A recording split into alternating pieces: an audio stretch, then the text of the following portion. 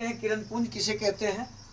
किरणों के समूह को किरण पुंज कहते हैं। उदाहरण के लिए देखिए यहाँ पर है बहुत सारा किरण है, तो किरणों के समूह का अर्थ ही होता है कि एक से ज्यादा, दो से ज्यादा किरण पुंज होना चाहिए। उसके बाद है किरण पुंज कितने प्रकार के होते हैं? किरण पुंज 3 प्रकार के होते हैं, समांतर किरण पुंज, अभिसारी किरण पुंज, अपसारी किरण पुंज। तो ये 3 प्रकार के किरण पुंज को हम समझ लेते हैं। समांतर किरण पुंज किसे कहते हैं? किरणों का वैसा समूह जो एक दूसरे के समानांतर हो, समांतर किरण पुंज कहलाता है। जैसे हमने उदाहरण में लिखा है टॉर्च का लाइट, सूर्य का किरण, क्योंकि जब भी हम टॉर्च का लाइट जलाते हैं तो बहुत दूर तक सीधा जाता है। आप देखे होंगे यहाँ उसका डायग्राम में, फोटो में उदाहरण है।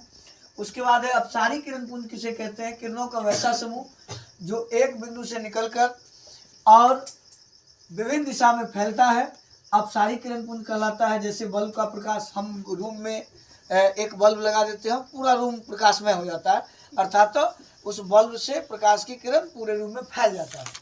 उसके बाद है अभिसारी किरण पुंज किसे कहते हैं? किरणों का वैसा समूह जो विभिन्न दिशा से आकर एक बिंदु पर मिलता है, अभिसारी किरण पुंज कहलाता है। जैसे हम लोग यानी स्टेज बनाते हैं तो वहाँ पर जितना भी लाइट लगता है सब स्टेज की तरफ घुमा के लगाया जाता है।